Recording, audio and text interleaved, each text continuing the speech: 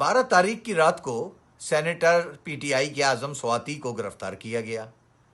صبح ان کو 13 تاریخ کو 13 تاریخ کو ان کو پیش کیا گیا پیمز ہاسپٹل میں۔ ادھر کے میڈیکل بورڈ نے، ڈاکٹروں نے کہا ان کی صحت وغیرہ سب کچھ ٹھیک ہے۔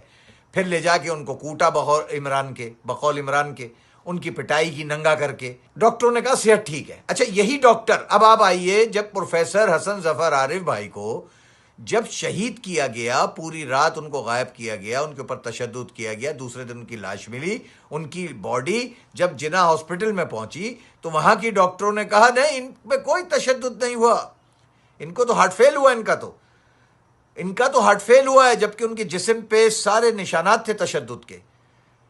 آپ نے نہیں بولا اس وقت۔ دیکھیں آج آپ کے ساتھ کیا ہو رہا ہے۔ آج آپ کو اسلام آباد کے ڈاکٹر کہہ رہے ہیں کہ آپ صحت مند نے پٹیں جا کے۔ ابھی 3 لاشیں ایم کیو ایم کے مہاجر کارکنوں کی پھینک دی گئیں۔ نثار پنور بھائی کو 45 دن غائب رکھا، ان کی بچے، ان کے گھر والے، ان کے چاہنے والے ڈھونڈتے رہے، ابھی وہ ملے، کسی نے نہیں پوچھا، نہ عدالت نے پوچھا، نہ سیاستدان نے پوچھا۔ عمران خان، یہی مقافات عمل ہے تمہارے ساتھ، تمہاری اولادوں کے ساتھ بھی یہی ہوگا اگر تم حق اور سچ مظلوموں کے لیے نہیں بولو گے۔ میاں صاحب، تمہاری اور تمہاری اولادوں کے ساتھ بھی یہی ہوگا۔ زرداری صاحب، وہ یاد رکھو جو زبانیں کاٹی جا رہی تھیں، سب کے ساتھ ہوگا۔